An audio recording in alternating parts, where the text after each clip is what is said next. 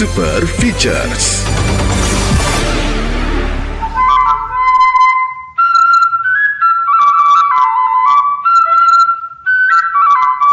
Budaya bukan sekedar tradisi yang diwariskan dari masa lalu.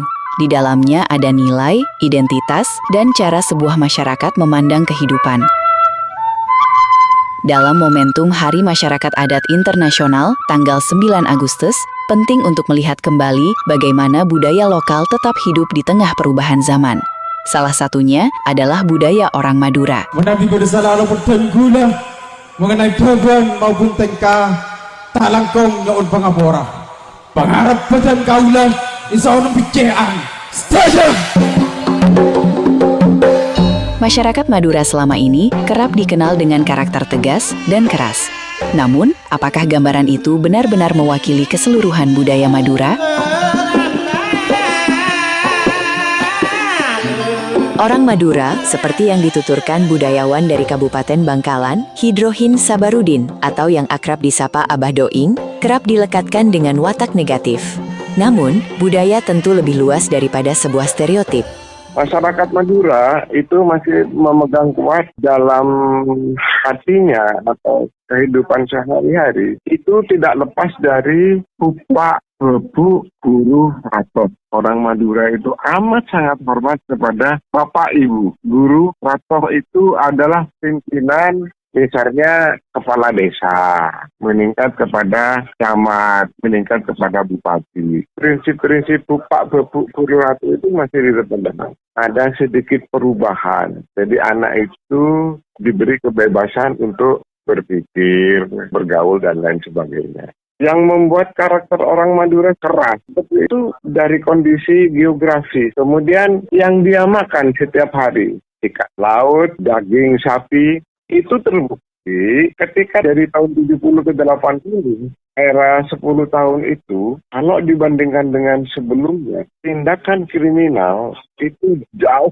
menurun. Hasil laporan survei dari kepolisian di bagian kriminal, sebelum tahun 70-an itu hampir setiap 2 hari sekali ada laporan orang meninggal gara-gara carok. Padahal carok itu sendiri punya tatanan, punya jenjang. Sebetulnya karakter orang Madura itu welas asih. Kalau saya misalnya berselisih, itu tidak pas moro-moro tengkar, enggak. Kembali kepada harga diri manusia. Tidak orang Madura saja kan sebetulnya kalau harga dirinya itu terusik, dibikin malu di depan orang banyak. Itu tidak terima. Abah Doing lantas memaparkan nilai-nilai luhur yang menjadi karakter khas suku Madura, hal yang semestinya diperlakukan sama seperti masyarakat lain di berbagai daerah di Indonesia. Meskipun diakuinya, nilai-nilai asli itu dirasa semakin jauh dari orang-orang Madura saat ini. Stereotip Madura yang negatif itu di menjelang akhir abad 19,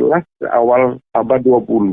Ya karena bergesernya karena ekonomi. Kalau orang Madura punya masalah di Madura sendiri, itu biasanya tempat bersembunyi di daerah Kalimantan. Di Kalimantan bukan memperbaiki diri, malah di sana membuat contoh misalnya tabung ayam, ngeladeni perjudian.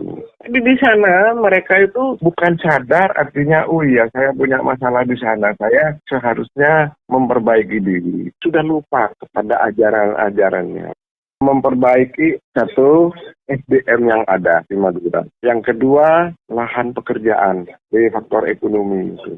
Yang ketiga, satu-satunya yang bisa memperbaiki seperti itu adalah dari alim ulama dan tokoh masyarakat itu. Kebanyakan orang Madura bilang itu para belater.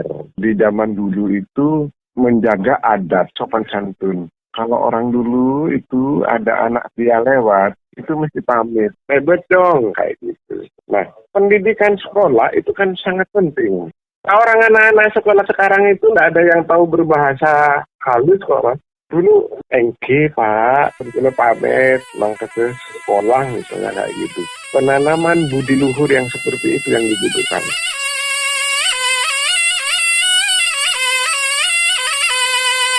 Mengubah cara pandang terhadap suatu budaya juga perlu diperkenalkan melalui cara yang dekat dengan teknologi digital kekinian. Media sosial menjadi salah satu ruang yang digunakan untuk memperkenalkan sisi lain dari sejarah dan budaya lokal. Salah satunya dilakukan Mukhlis Bajra, konten kreator storytelling yang juga founder Madura Locus Art Culture. Berbicara Pulau Madura, tidak akan terlepas dari nama sebuah bukit bernama Bukit Keker yang berada di Desa Keker, Kecamatan Keker, Kabupaten Bangkalan, Madura, Provinsi Jawa Timur. Madura memiliki beberapa karakter budaya. Kita memiliki pengetahuan yang sangat peran besar dari sisi literasi, semisal banyaknya manuskrip-manuskrip. Hari ini generasi muda sudah tidak tahu tentang manuskrip. Padahal manuskrip adalah bentuk pengetahuan para nenek moyang kami di Madura yang secara literasi itu ditulis dengan bahasa Madura, dengan bahasa Pegon juga, dengan ada yang berbahasa Melayu dan lain sebagainya. Itu memiliki nilai-nilai yang sangat besar peranan terhadap kebudayaan Madura. Selain itu tradisi lisan juga, kebetulan saya sebagai peneliti tradisi lisan. Eksperimen saya kemudian saya bercerita tentang asal-usul Madura. Bagaimana Madura keberadaannya di awal-awal sejarah Bendorogung, kemudian Putri Kuning yang lahir di Gunung Keker dan lain sebagainya. Kemudian saya tayangkan di YouTube, tayangkan di Facebook, di IG gitu. Responnya sangat luar biasa. Stereotip, oke. Tapi kan yang terpenting adalah hari ini bagaimana kita mencoba terus mempertahankan bahwa yang baik ini loh sebenarnya. Toh tidak hanya Madura, semua wilayah memiliki negatif positif. Kami memiliki PR besar. Apa yang bisa kami lakukan untuk generasi muda? Di antaranya mungkin bisa melalui digitalisasi, kemudian peran-peran yang lain ke depannya. Lewat konten digital, budaya tidak lagi hanya hadir dalam ruang-ruang tradisional. Upaya ini diharapkan Mukhlis Bajra akan mampu menjangkau kepada halayak yang lebih luas, meskipun terkadang kebekuan dialog kerap terjadi ketika berjumpa dengan generasi yang lebih tua. Kuncinya adalah kita bisa menguasai, bisa memanfaatkan digitalisasi. Toh nanti kemudian apakah kita akan ada kesulitan dengan para sesepuh pemangku adat dan lain sebagainya. Tinggal kita membangun bagaimana komunikasi yang baik, pendekatan yang lebih tepat. Semua butuh dikomunikasikan. Kalau memang tidak sepaham, apa sih yang menjadi titik ketidaksepahaman itu masih bisa kita komunikasikan. Kalau kita berjalan dengan masing-masing yang sepuh kemudian, oh ini loh yang konvensional tidak boleh dirubah. Kemudian yang muda pokoknya ini harus digitalkan. Kita berjalan dengan satu kaki, jadi harus berjalan bersama-sama untuk capai tujuan ke depannya. Madura ada di mana-mana, ada di mana? Surabaya, Malang, Jakarta, Kalimantan, Sumatera, Aceh, semua ada. Mereka juga ada yang tinggal di luar negeri, meskipun mereka di sana jadi TKI. Upaya serupa juga datang dari generasi muda yang bergerak dengan beragam ekspresi di berbagai komunitas. Nike Dianita Febrianti, alumnus Prodi Pendidikan Seni Drama, Tari dan Musik, Universitas Negeri Surabaya, menjadi salah satu aktivis muda Madura yang turut menghadirkan perspektif berbeda. Udah mama naloki rezeki orang kan bang. Latoro cekedinga kita korengnya. Saya cukup bangga menjadi orang Madura. Yang paling saya banggakan tuh misal orang Madura lekat dengan kerja keras dan pantang menyerah, terus religius, persaudaraannya sangat erat, terus solidaritasnya yang sangat tinggi. Yang masih saya terapkan, hal-hal tersebut secara naluri ada di jiwa saya dan tentunya di lingkungan saya juga. Saya berada di komunitas perempuan ekspresif, itu ada teater, pantomim, tari, rupa. Banyak kegiatan mengangkat nilai-nilai kemaduraan terutama tentang isu-isu perempuan, isu-isu kemaduraan, lingkungan sekitar. Kemudian di tari juga sering banget mengangkat pesisir, tradisi Madura, begitu-begitu. Jadi cukup menjadi wadah bagi kita generasi muda untuk tetap dekat dengan budaya Madura.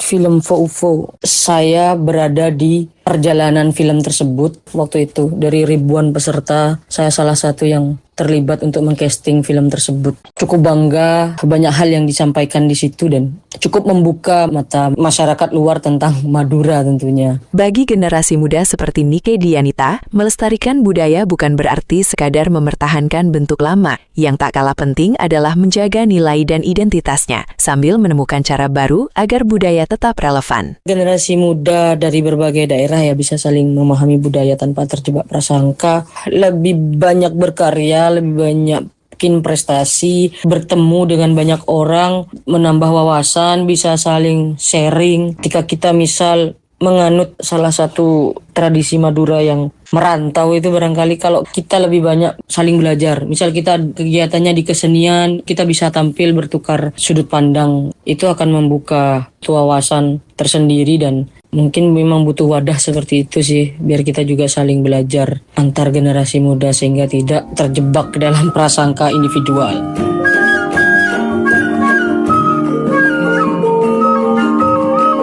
Setiap budaya memiliki cerita yang lebih luas daripada sekadar apa yang terlihat dari luar. Madura pun demikian. Di balik stereotip tentang kerasnya karakter, terdapat kekayaan tradisi yang layak dikenal lebih dekat. Harapan itu dikemukakan budayawan Madura, Abah Doing. Hal yang pertama menurut saya itu jangan pernah berhenti membaca sesuai dengan anjuran firman Allah Subhanahu wa taala di dalam menyampaikan kepada Muhammad, Iqra, bacalah, baca dan baca. Membaca itu kan tidak hanya sekedar membaca. Jadi kalau Allah bilang itu afala ta'qilun, afala tafakkarun, baca dan pergunakan akalmu untuk tujuan baik. Yang kedua, gunakan rasa. Karena dari rasa itu akan menimbulkan adab untuk melestarikan adat istiadat yang ada di Madura. Kalau kita telusuri secara mendetail, filosofi para leluhur akan memberikan ketahanan kepada kita untuk menjadi manusia yang beradab.